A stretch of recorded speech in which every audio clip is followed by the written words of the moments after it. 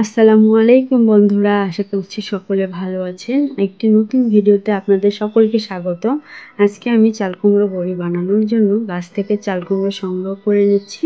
তারপর চাল কুমড়োটিকে সুন্দরভাবে দুই ভাগ করে নিলাম। এখানে আমি অর্ধেক চাল কুমড়ো ব্যবহার করব আর অর্ধেক রেখে দেব, কেননা চাল কুমড়োটি অনেক বড় সাইজের একটি চাল কুমড়ো। আর চাল কুমড়োটি কেটে নেওয়ার পর এখানে আমি ছোট ছোট টুকরো করে নিচ্ছি। টুকরো করার পর আমি এটাকে সুন্দরভাবে ছিলে বিচি ছাড়িয়ে পানিতে ভিজিয়ে ধুয়ে নিব।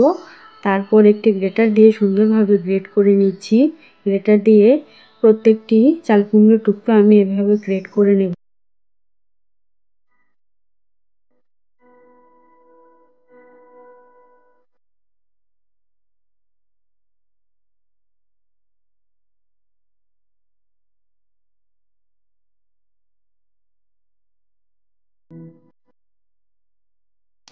গ্রেট করা হয়ে গেলে পরে চাল কুমড়োগুলো আমি পানি ছেড়িয়ে একটি চালনির উপরে উঠিয়ে নেব। গ্রেট করা চাল কুমড়োগুলো চালনিতে ওঠানোর পর এখানে আমি সুন্দরভাবে ধুয়ে নিয়েছি এবং একটি পাতলা কাপড়ে চাল কুমড়োগুলো সবগুলো উঠিয়ে পানি ছাড়ানোর জন্য এখানে নিয়ে নেব। তারপর এগুলো সুন্দরভাবে পাতলা কাপড়ের সাহায্যে চিপে নেব এবং পাতলা কাপড়ের মাধ্যমে চিপে নেওয়ার পর এগুলোকে আমি একটি ভারী পাটার নিচে চাপ দিয়ে রেখে দেব, যাতে অল্প যে পানিটুকু আছে সেটা বের হয়ে যায়। আপনারা দেখতে পাচ্ছেন অল্প অল্প করে পানি বের হচ্ছে। এখানে আমি আগে মাসকলাইয়ের ডাল ভিজিয়ে রেখেছিলাম কয়েক ঘন্টা আগে। যেহেতু এখন হালকা হালকা শীত পড়ে গেছে, তাই আমি এগুলোকে রাতেই প্রস্তুত করে রাখবো আর খুব সকালে শুকাতে দেব। প্রথমে আমি ডালগুলো খুব সুন্দরভাবে ধুয়ে নেব।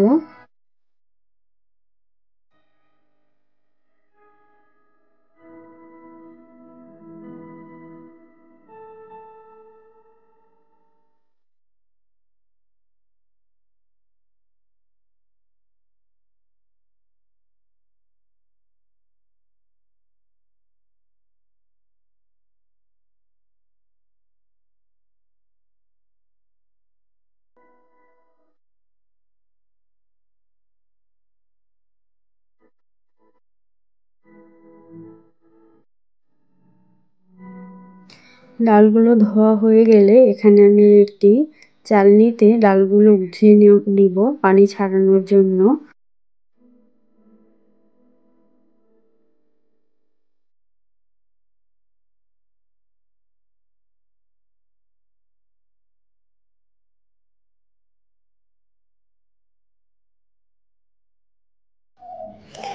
এখানে আমি একটি পাটার সাহায্যে সুন্দরভাবে ডালগুলো বেটে নেব, অল্প অল্প করে ধীরে ধীরে সবগুলো ডাল।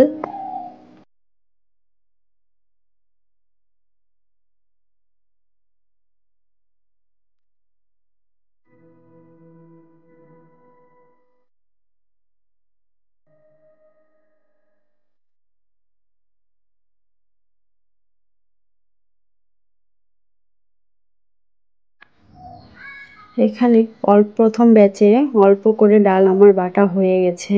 বাটা হয়ে যাওয়ার পর ডালগুলো আমি একটি ডিশে উঠিয়ে নেব।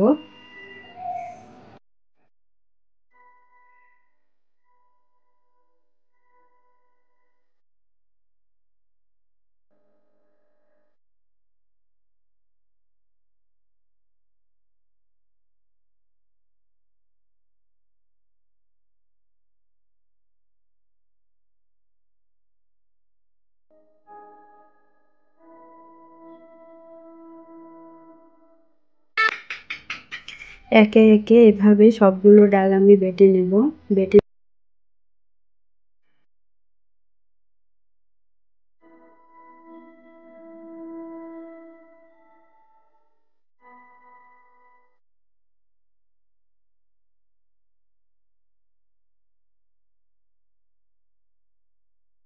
সবগুলো ডাল একে একে বেটে নেওয়ার পর পানি ঝরানোর জন্য যে চাল কুমড়োটি আমি চাপ দিয়ে রেখেছিলাম, দেখুন এখানে অনেকগুলো পানি বের হয়ে গেছে। এখন এই চাল কুমড়ো আর ডাল আমি খুব সুন্দরভাবে মিশাবো। সুন্দরভাবে হাতের সাহায্যে মিশিয়ে মিশিয়ে আমি প্রস্তুত করে নেব চাল কুমড়ো বড়ির জন্য খানিকটি। তারপর আমি পরের দিন সুন্দরভাবে এগুলো মেশানোর পর রোদে শুকাতে দিয়ে দেব।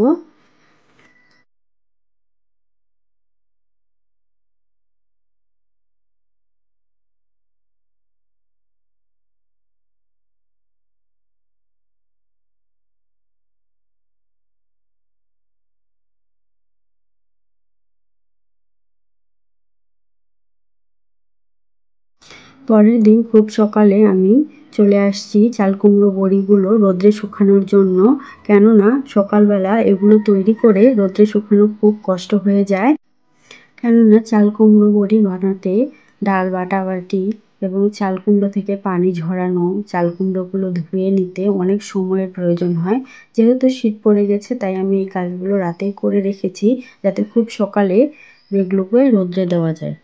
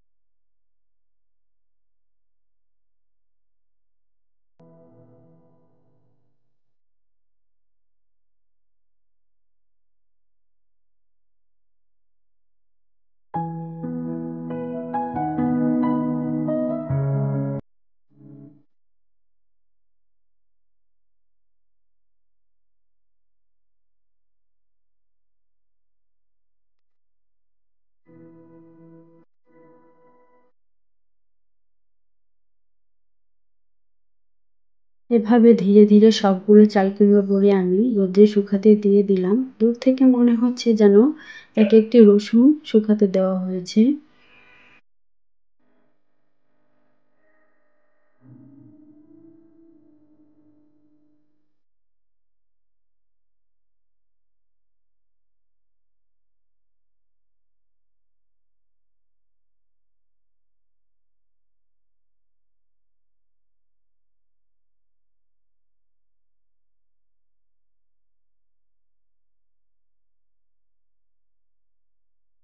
বিকেলবেলা আমি চাল কুমড়ো বড়িগুলো উঠানোর জন্য চলে এলাম, সাথে এসেছে আমার ছেলে চাল কুমড়ো বড়িগুলো উঠানোর জন্য।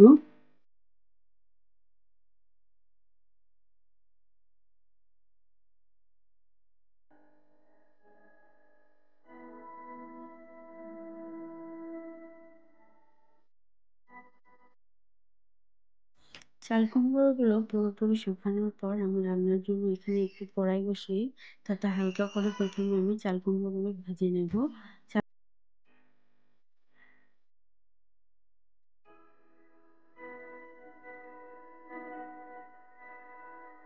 চাল কুমড়ো বড়িগুলো ভেজে নেওয়ার পর এখানে আমি তেল দিয়ে আরেকবার তার চাল কুমড়ো বড়িগুলো খুব ভালোভাবে লাল লাল করে ভেজে নেব। লাল লাল করে ভেজে নেওয়ার পর এই অবস্থায় চাল কুমড়োগুলো আমি নামিয়ে নেব।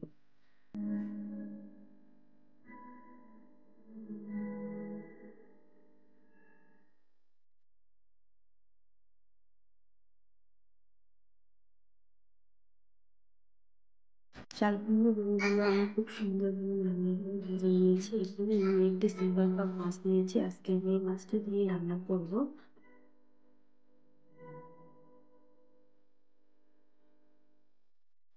রান্নার এই পর্যায়ে এসে আমি সবগুলো চাল কুমড়ো বড়ি এখানে ব্যবহার করবো না। আমি অলরেডি চাল কুমড়ো বড়ি নিয়ে নিয়েছি। এখন আমি এই চাল কুমড়ো বড়িগুলো ব্যবহার করবো রান্নার কাজে। পরবর্তীতে আমি বাকি চাল কুমড়োগুলো ধীরে ধীরে রান্নার সাথে ব্যবহার করবো আর খাবো।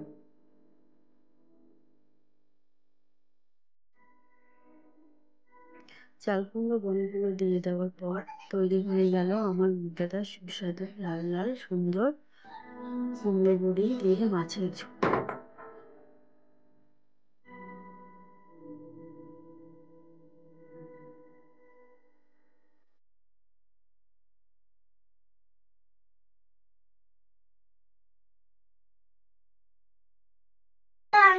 আন্টিরা, আজকে আমার আম্মুর হাতের তরকারিটা খুব মজা হয়েছিল। আমি শেষ পর্যন্ত খেয়েছিলাম। তার আপনারা লাইক কমেন্ট সাবস্ক্রাইব করে দেন আর শেষ পর্যন্ত দেখতে থাকেন।